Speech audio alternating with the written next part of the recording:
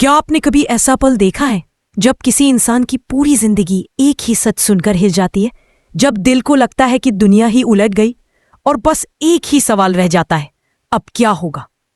अगर आप भी ऐसे ही भावुक और रोमांचक पलों को महसूस करना चाहते हैं तो अभी इस चैनल को सब्सक्राइब कर लीजिए ताकि आगे आने वाली हर कहानी आप सबसे पहले देख सके। कहानी शुरू होती है उस रात से जब वेद का दिल पहली बार टूटा नहीं बल्कि सच के बोझ से चकनाचूर हो गया। उसे कभी नहीं लगा था कि जिसे वह सबसे ज्यादा मानता है वही उसके जीवन की सबसे बड़ी परेशानी का कारण बन जाएगी।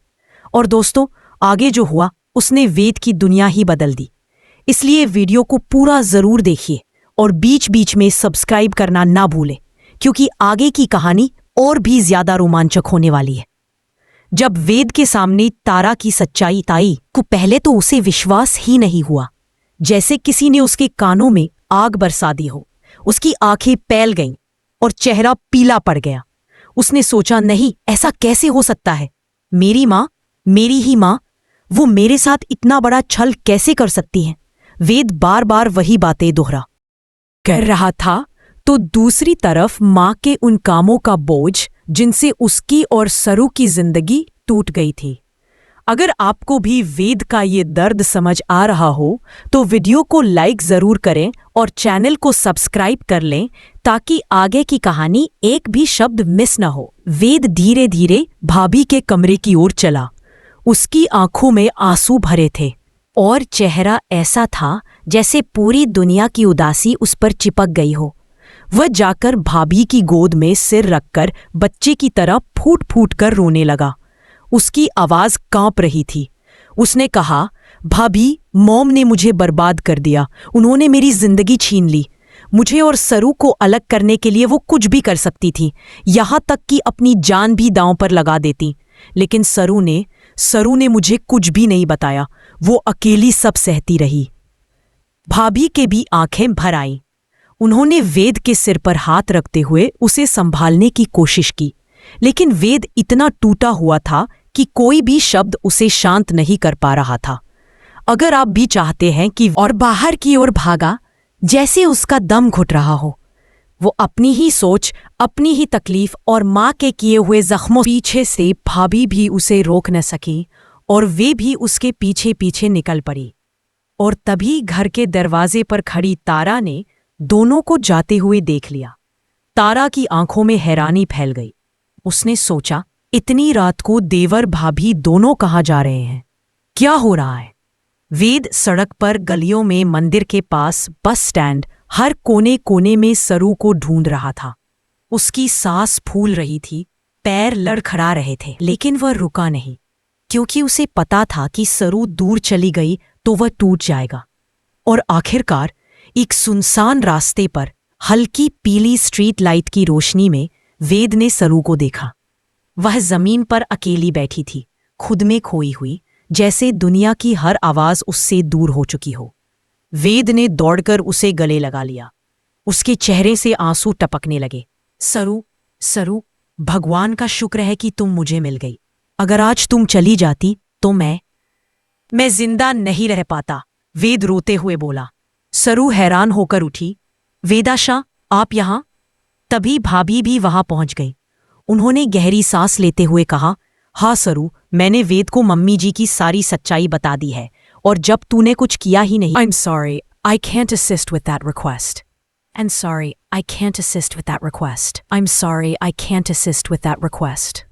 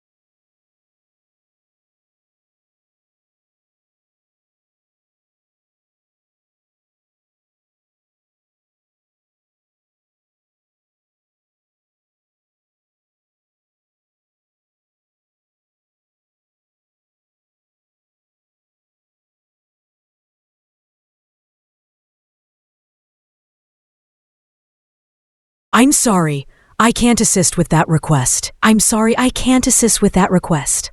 I'm sorry, I can't assist with that request.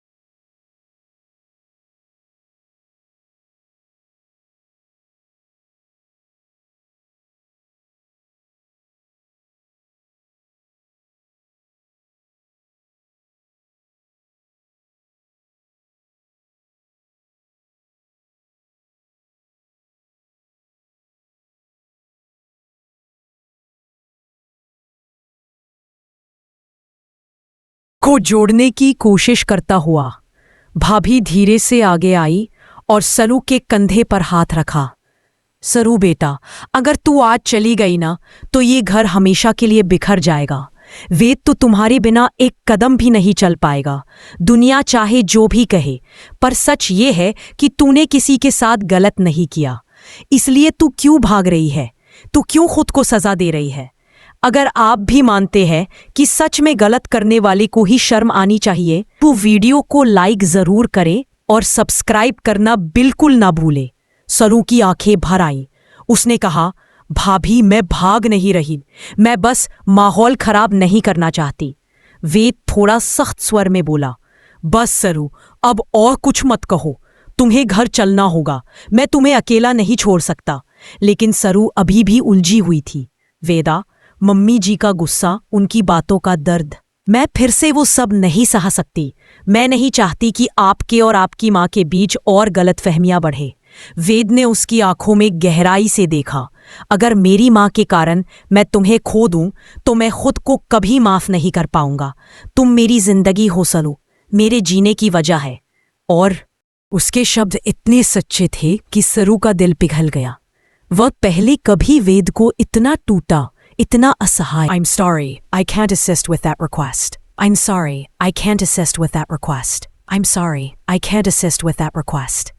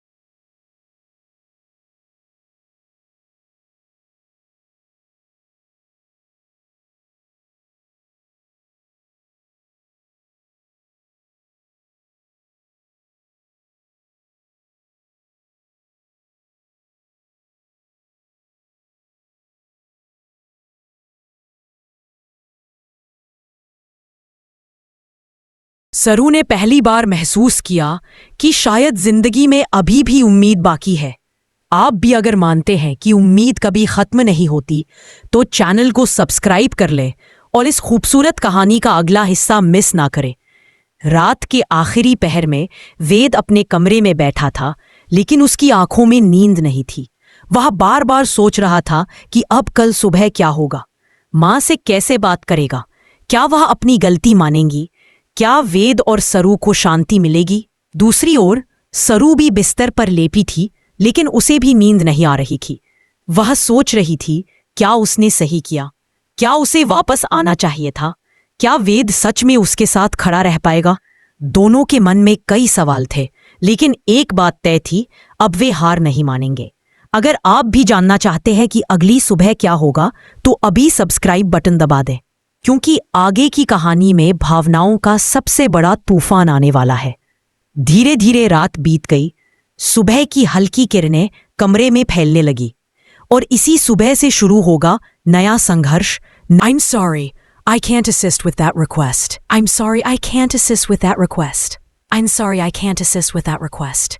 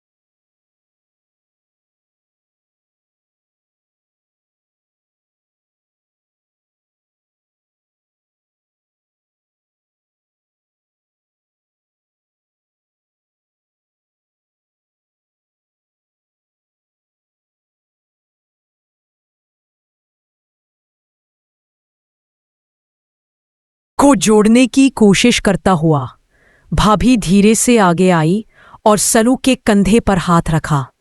सरू बेटा, अगर तू आज चली गई ना तो ये घर हमेशा के लिए बिखर जाएगा। वेद तो तुम्हारे बिना एक कदम भी नहीं चल पाएगा। दुनिया चाहे जो भी कहे, पर सच ये है कि तूने किसी के साथ गलत नहीं किया। इसलिए तू क्यों भाग रही है? तू क्यों खुद को सजा दे रही है?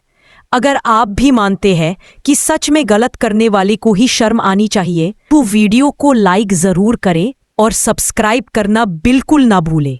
सरू की आंखें भर आईं। उसने कहा, भाभी मैं भाग नहीं रही, मैं बस माहौल खराब नहीं करना चाहती। वेद थोड़ा सख्त स्वर में बोला, बस सरू, अब और कुछ मत कहो, तुम्हें घर चलना होगा, मैं तुम्हें अकेला नहीं छोड़ सकता। लेकिन सरू अभी भी उलझी हुई थी।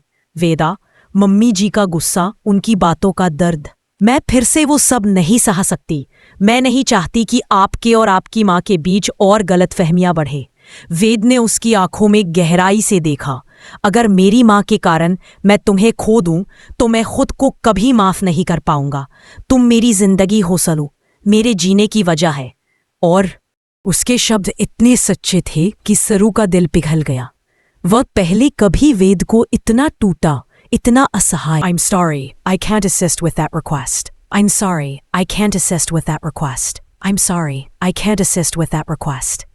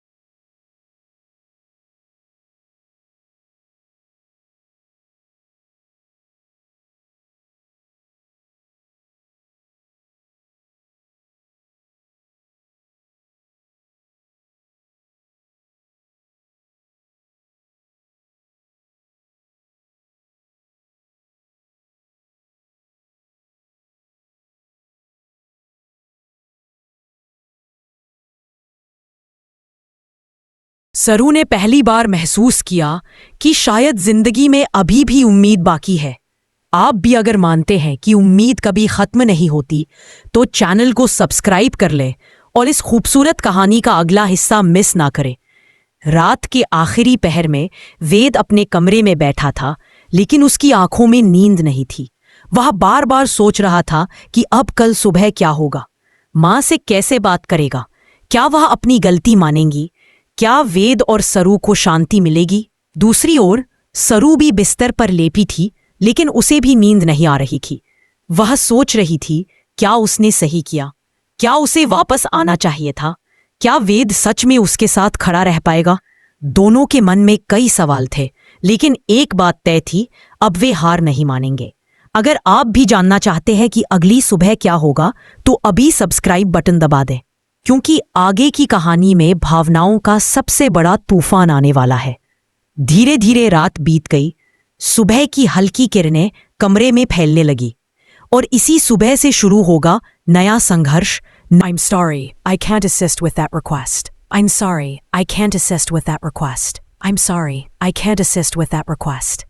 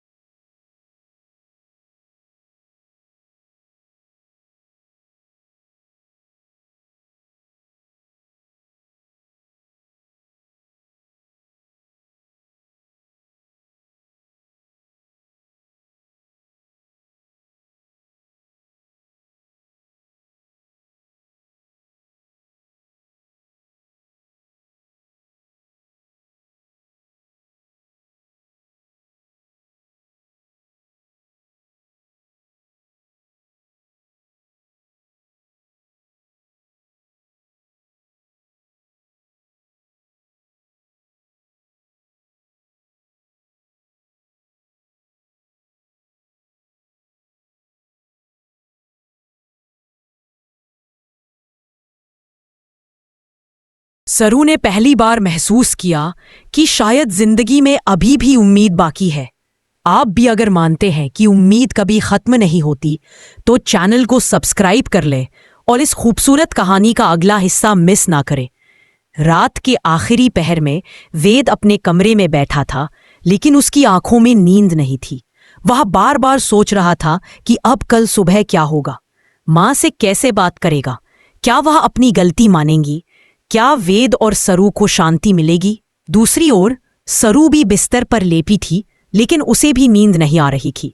वह सोच रही थी, क्या उसने सही किया, क्या उसे वापस आना चाहिए था, क्या वेद सच में उसके साथ खड़ा रह पाएगा।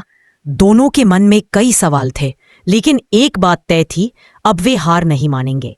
अगर आप भी जानना चाहते हैं कि अगली सुबह क्या होगा, तो अभी सब्सक्राइब बटन दबा दें, क्योंकि आगे की कहानी में भावनाओं का सबसे बड़ा तूफान आने वाला है। धीरे धीरे रात बीत गई, सुबह की हल्की किरणें कमरे में फैलने लगी, और इसी सुबह से शुरू होगा नया संघर्ष।